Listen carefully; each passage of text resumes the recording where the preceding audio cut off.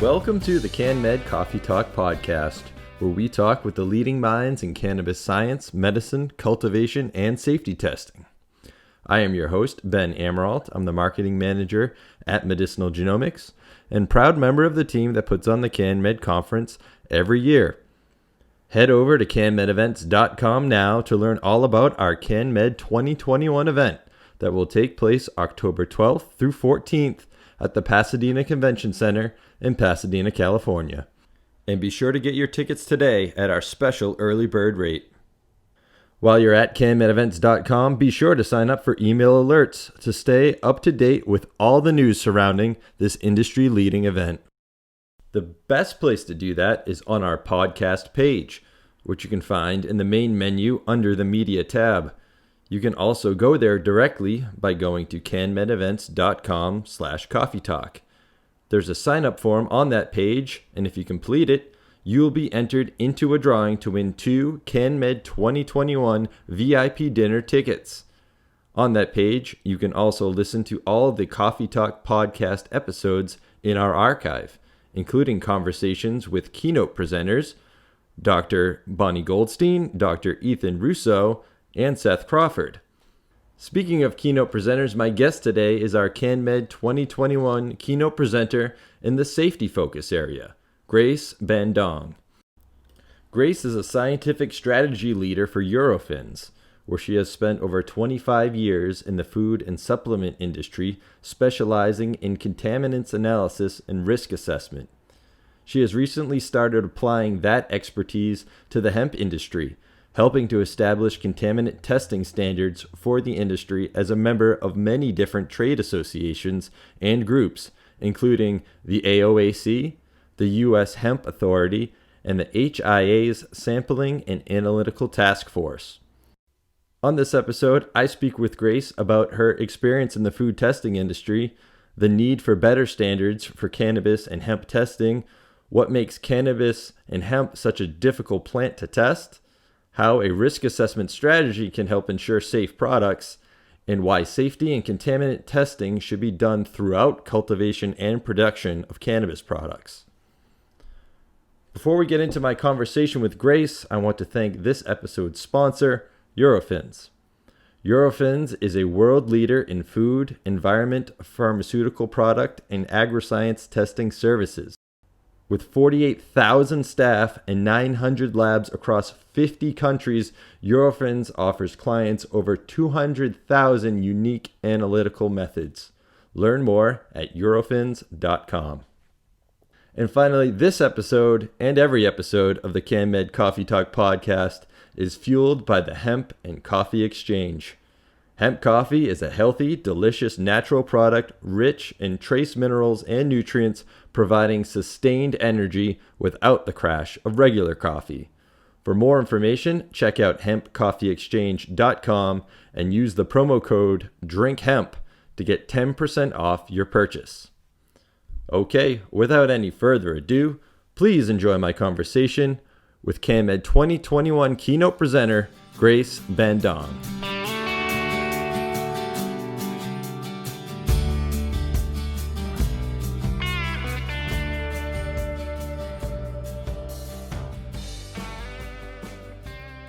Good morning, Grace. Thanks for joining us. Good morning, Ben. It's a pleasure. It's great to have you here on the podcast and also as our keynote presenter at CannMed 2021 in the safety focus area. And I have to admit that the safety focus area is always a little challenging for us to select speakers for because, as you know, we like to attract folks from many different facets of the cannabis and hemp world. The researchers, physicians, nurses, cultivators, lab managers. And typically the safety and lab testing topics are a little too technical for some people who aren't in that field. But I think the topic that you have laid out is really applicable to everyone because it's all about implementing best practices to ensure product safety, which we can all agree is very important. So I was hoping we could start today with you providing an overview of your presentation. Yes, I'd be happy to. So what we did, it's great that you mentioned that your audience is usually in the safety side, in the health area, nurses and doctors, and then we come the lab managers, because I took this risk assessment approach actually from the emergency response system, or from Codex, where you assess if there's something that's happening, for example, a disease or an exposure, is it likely to cause illness or harm? And so I use that into looking at contaminants for food safety. So what we did was, because a long time ago I had somebody come to me and ask, I have 2,400 ingredients. Could you please tell me what I need to test as far as contaminants and what I need to consider on this 2,400 ingredients? And I looked at him and I was like, I really have no idea. And that's probably going to take a long, long time and a ton of money for you to test. So then on my research, I discovered on this process of defining risk. And then we ended up being able to come up with a process where you look at your ingredients, the materials you work with, and then you determine which materials are high risk, medium risk, or low risk, and then you categorize your ingredients. And then, if since most people only have a limited amount of money to put to testing, even though safety is number one and quality is to protect the consumers, it helps them.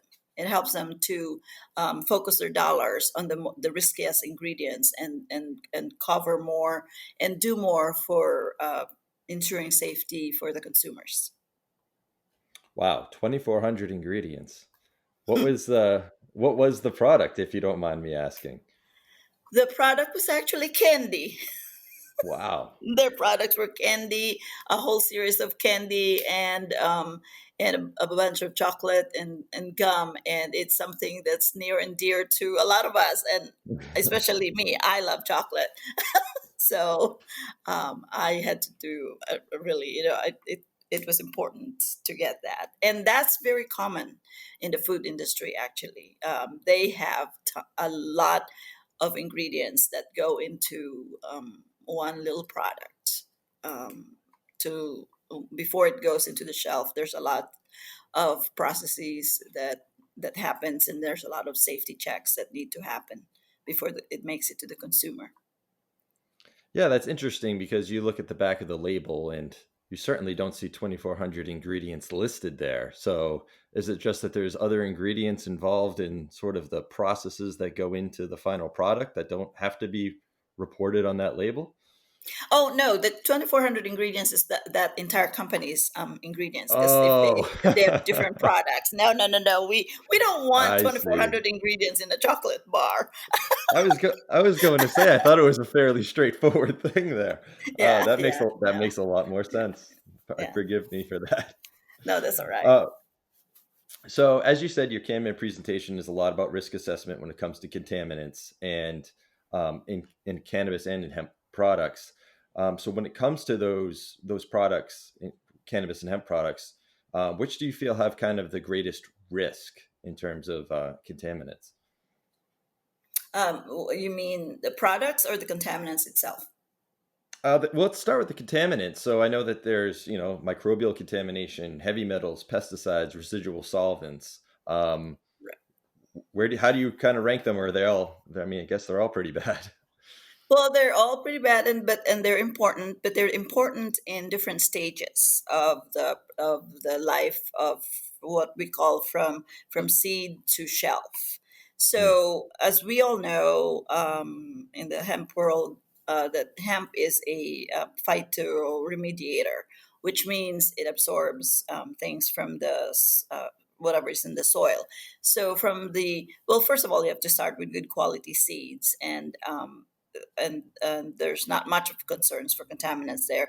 Once you get into the ground, you start the exposure um, to contaminants, and that's where the risk is. How likely is it to be there, and how likely is there to be going to be multiple contaminants present in the sample or in that material that you have. So in the beginning, pesticides and heavy metals are really important, because as you plant it, as you're growing it, that's really what you expose your hemp for. Even though the farmers don't necessarily apply pesticides as they're growing, except in really emergency needs and when there's an infestation or something like that.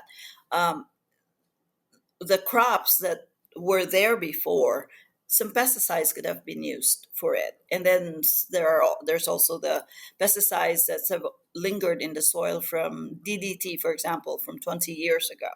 It Wow. just doesn't want to go away, so it's still there even at low levels.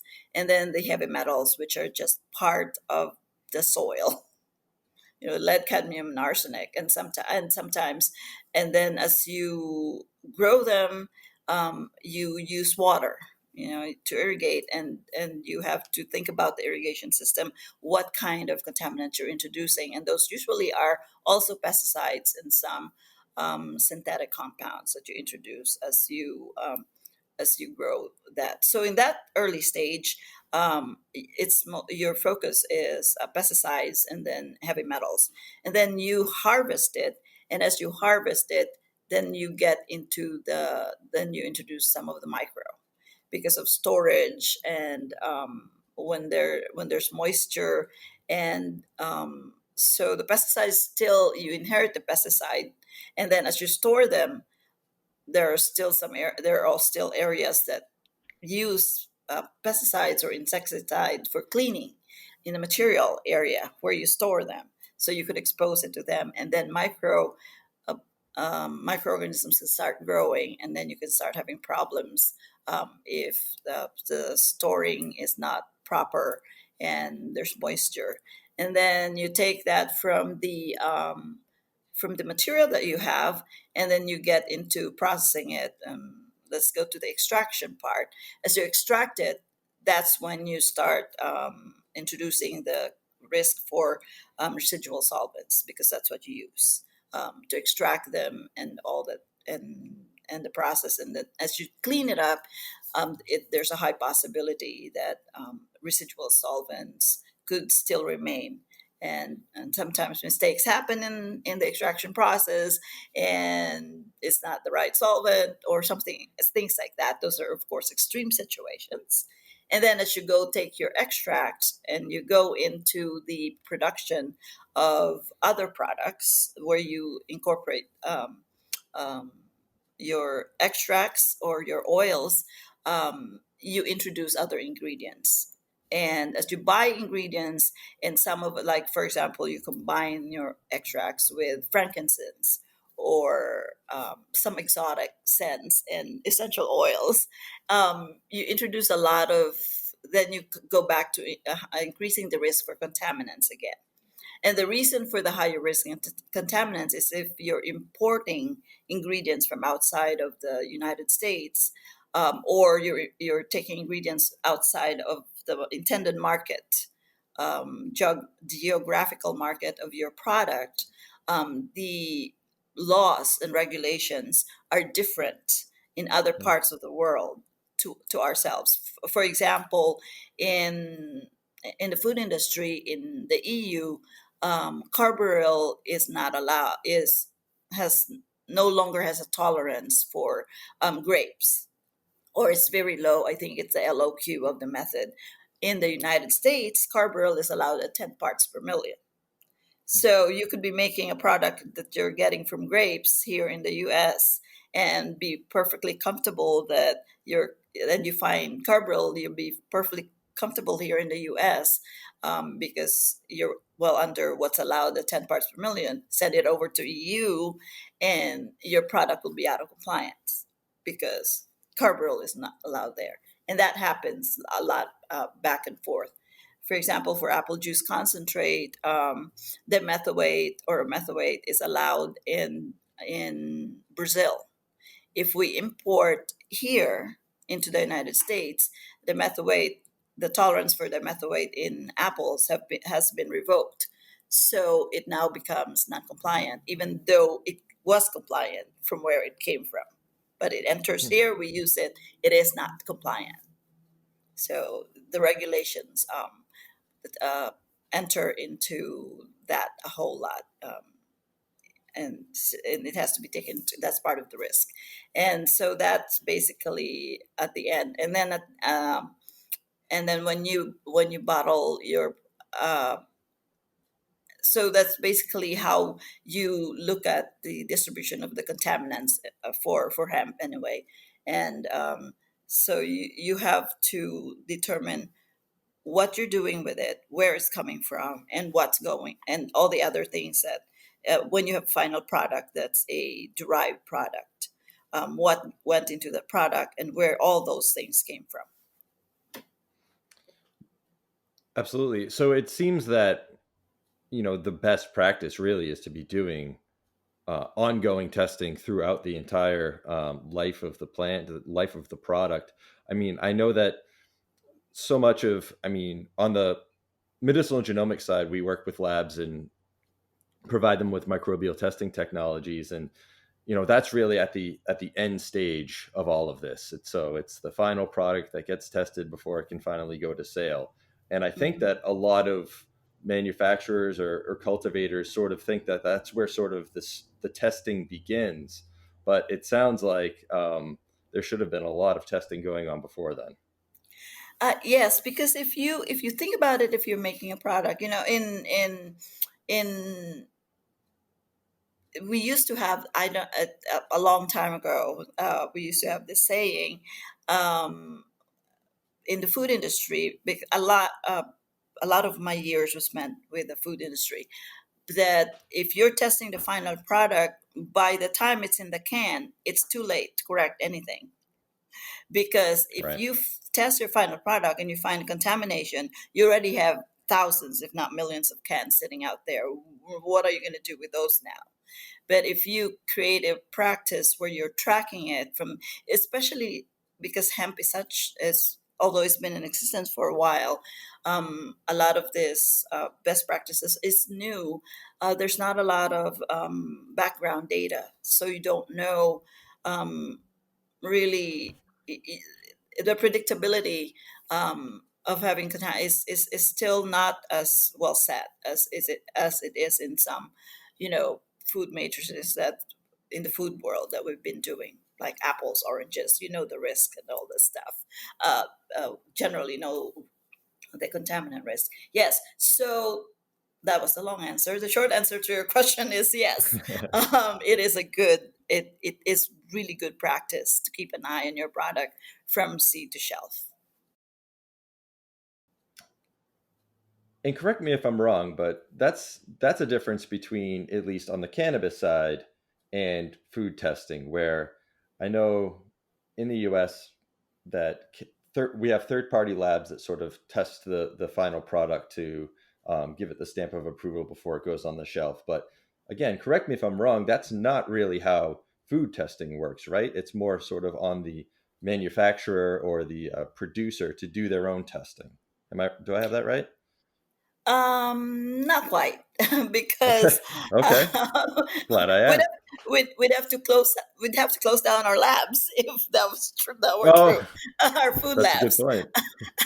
So there are testing that is in the manufacturing plants that are necessary for them to do in place, like their quality requirements, and they're usually fast test. But food companies you actually use third-party labs a lot, because it is very expensive to maintain your own lab. And they have it's not only the food testing laboratories, the food testing they utilize in the food industry third parties. I define it for two things: the things that should be in food and the things that should not be in food. And they can't, which means like your nutritional label, your approximates, your fat, calories, your Mhm. vitamins. That's what should be in food. And then my world, which are the things that should not be in food, and those are the pesticide contaminants, heavy metals, any other contaminants that you could think about.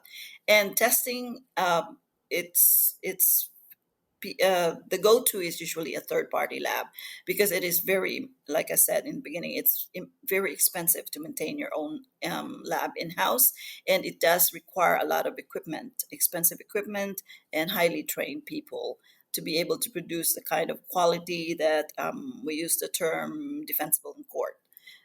When you have to consider safety and compliance.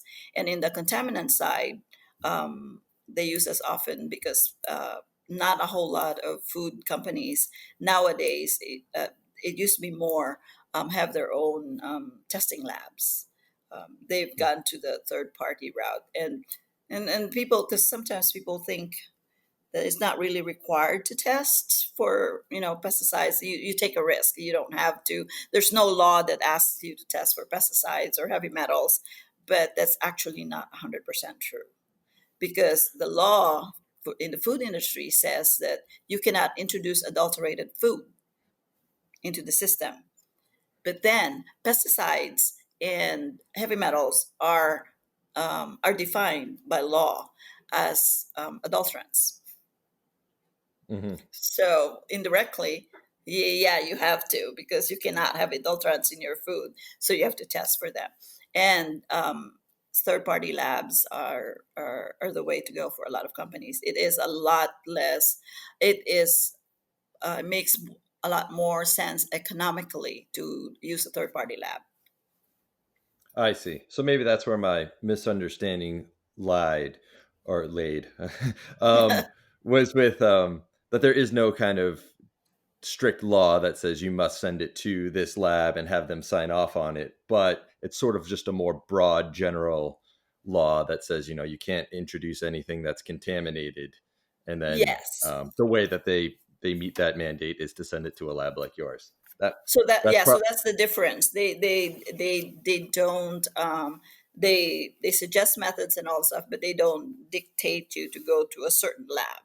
Like, they should have these registrations, like TA registrations and all that good stuff. Got it.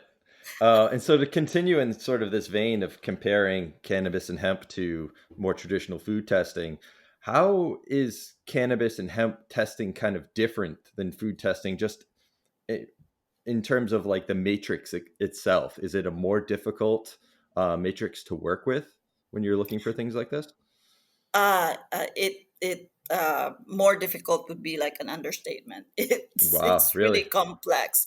The plant material is very complex. It has a lot of, you have all those I'm gonna speak about for contaminants, because that's, I know that very well. Sure. It took us a long time. Like, for example, when you in food, just take an apple. Apple is mostly 90% water, some sugar in there, a little bit of minerals, and it's nice and clean.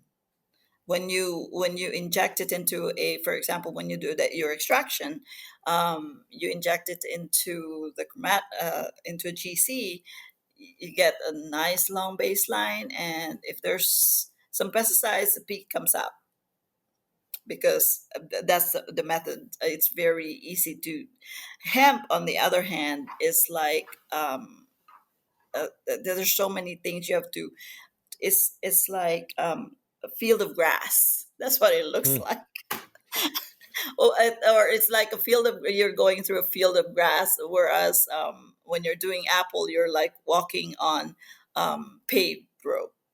That's the difference. Interesting. So it's very, the matrix itself is very complex, and there are compounds that are present in there that could mimic, that are very similar to sometimes the pesticides themselves. So you have difficulty in separating them. And whereas in many of the food that's established already, you could easily do a screen for 300 to 500 pesticide compounds. That is not the case for hemp. It's quite challenging, and especially if you have to meet ISO standards, then it becomes really expensive when you have to validate for testing in hemp. Yeah, and in talking with other folks in the lab testing space, one of the things that they always come back with as being one of the major challenges in doing what they're doing has to do with standardization. Um, and I think the kind of the first thing is in line with what you were talking about, was just having good standards to work off of, in terms of all the different cannabinoids and things. So how does that sort of lack of standard make things even more difficult for you? It challenges. It's challenging for everybody because that is the basis of your ability to quantify Hmm. your results. So if lab A uses a standard, they're assuming that they're all the same. But for example, cannabinoid A, I'm just going to do it in general terms. A cannabinoid A, um, and lab A standard is 99% pure in that, for cannabinoid A, whereas lab B, is, when you finally look at it, the cannabinoid A for the reference standard for lab B is 95% pure. Then you have a 4% difference in results, Hmm. and it will be consistent. The difference will be consistent. So unless, and hopefully, unlike other materials, um, NIST has reference standards, and you all know that this is when you can calibrate to that material, because everybody agrees that that material has this kind of concentration. We don't have many of that around for the cannabis and hemp world yet in the testing. Pesticides is different, but in the cannabinoids, because pesticides, the reference standards are very well established, I and heavy see. metals. Mhm. And to sort of continue that line on standards, I know that you're involved with a couple different groups who are sort of trying to establish some standards sort of in different areas. Um, and I guess let's start with the U.S. Hemp Authority. What are you looking at from a lab safety perspective in terms of? I know that. Well, let me backtrack. The U.S. Hemp Authority is working on kind of certifying companies who are distributing hemp products. So, and I know you're involved with that. So, what are you looking at from a lab safety perspective when you're looking to certify companies? Well, actually, what they're looking to certify is the good practices from beginning to end in different areas of the from the growing to the production. And so, basically, because there's not only the actual reference standards, but there's a lack of standards itself on how, what you do when you have this plant. How do you harvest it, how do you test it, and what testing should be done. And that's the goal, I think. For me, the U.S. Hemp Authority, the certification program, is to standardize this, and to give, um, those that are involved in the hemp industry a good solid ground to look at, as far as how do you work within the industry. You test the product, and so that you can assure a high quality and quote unquote safe product for consumers out there. And just a little plug, the guidance 3, the US Hemp Authority has just come out actually with the guidance 3, and it's out for public comment. And it'd be great if everybody could look at that and in the hemp world, and comment on the guidance, that because it was revised, especially with the IFR that just, after the IFR came out. Yeah, that's great. And I'd be happy to put a link in the show description too, so people can easily find that, and submit their comments. So, how does sort of the certification or the standards that the U.S. Hemp Authority is creating, how would that differ from what we hope eventually the FDA will come out with in terms of safety standards? It's actually very aligned to, there's everything that we did. We hope, we purposely made sure that it's aligned with the USDA and all the and a lot of auditing um, uh, groups there, so that everybody has the same standard to work from.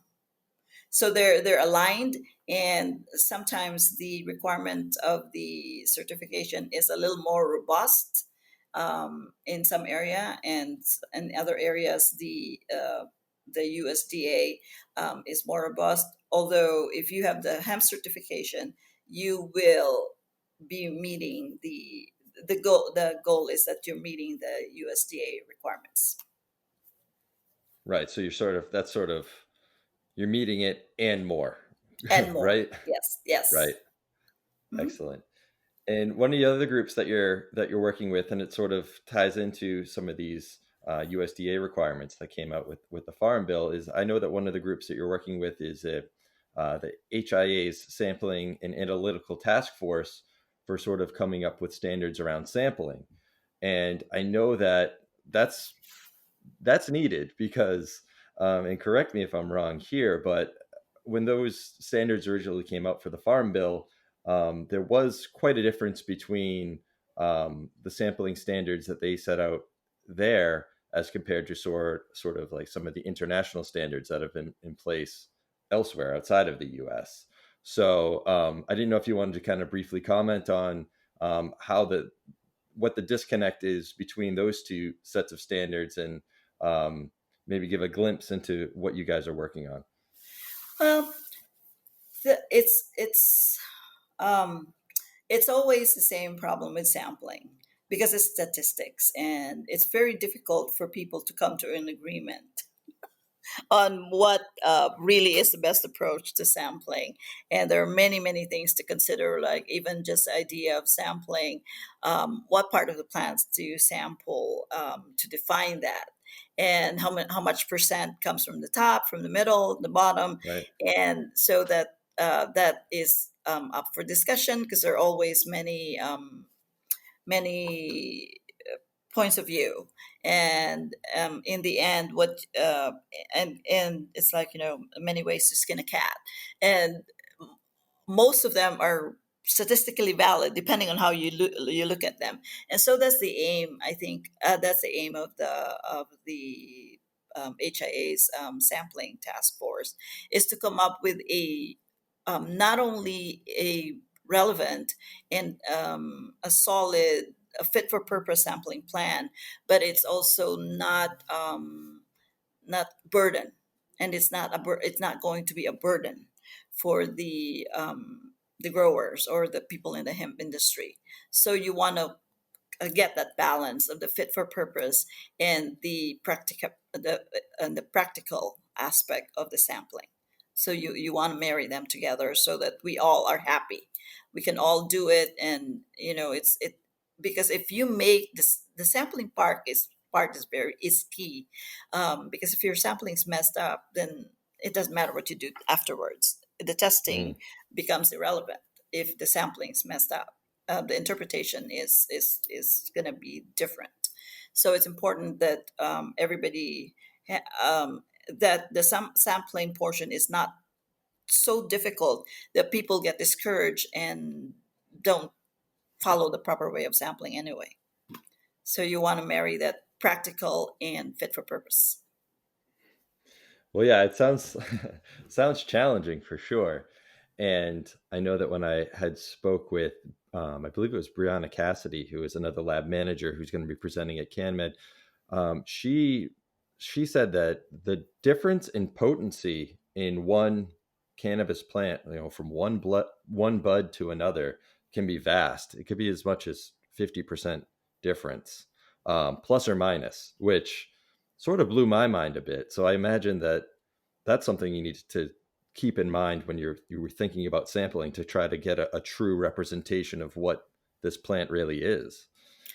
Yes, we're dealing with an organic material, so it's very difficult. It's not uniform. The, Mm. the weather, the amount of sunlight 2 days ago, or where you cut it, so many factors affect the uniform distribution. It's, if you because if you think about it, it's like the distribution of the cannabinoids. If you had like a whole basket of blueberries and you sometimes apply pesticides on the surface, or it gets mold on the surface. If you don't mix it properly, and if you don't quarter it, portion it, you could end up just getting the top and a whole bin, a whole load of your contaminant. But if you Mm. mix it, then you distribute it evenly, and you have a better representation of the entire sample itself, and that's really one of the key things to consider when you're creating or writing a standard for sampling. And the plant material is the hemp is a very challenging. It's yes, it's a challenge, and hopefully we can all come to an agreement on, because if everybody's doing it the same way, then the you have confidence that you'll all be getting the same results. Great. And finally, kind of working down your resume here, your involvement with AOAC as well and the CASP task force. I wonder if you could tell us a bit about what you guys are working on there. The AOAC CASP program is actually working on a lot of different things. They have a group that's involved with the mycotoxins, and they have the group with the cannabinoids, and the group that I'm involved in is in the training and education. So there's a lot going on, and I think CASP has they were the one that established the method for testing for the potence, the cannabinoid, the concentration, the cannabinoid, the THC concentration, and the group is aiming to standardize the analytical testing portion, and there is also a part for sampling, but and they're trying to put that together. So hopefully, the HIA, the AOAC, the USDA, and everybody could be aligned in their approach to sampling. Right. I mean, I guess that's one of the challenges of multiple groups trying to set standards, is that there needs to be some standardization amongst them as well. Yeah. So, Yes. Mm-hmm.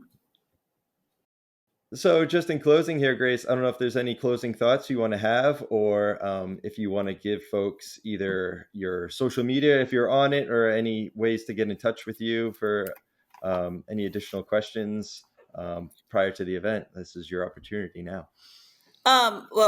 Just the one thing that I kind of always like to tell people is don't forget your contaminants, especially your chemical contaminants, because they are important, and you need to be cognizant that they are present, and then you could potentially expose your consumers to contaminants, and if you're not paying attention to them. And to contact me, I'm on LinkedIn, and I'm old school. I'm kind of old school, so my email is on LinkedIn, and that's pretty much my social media presence. That's nothing. There's nothing wrong with that. You're probably healthier for it. So, and so if they connected me in LinkedIn, I would be able to get to it. All right, excellent. Well, thank you again, Grace, for taking the time, and we look forward to seeing you out in Pasadena. Me too. It's a pleasure. Thank you.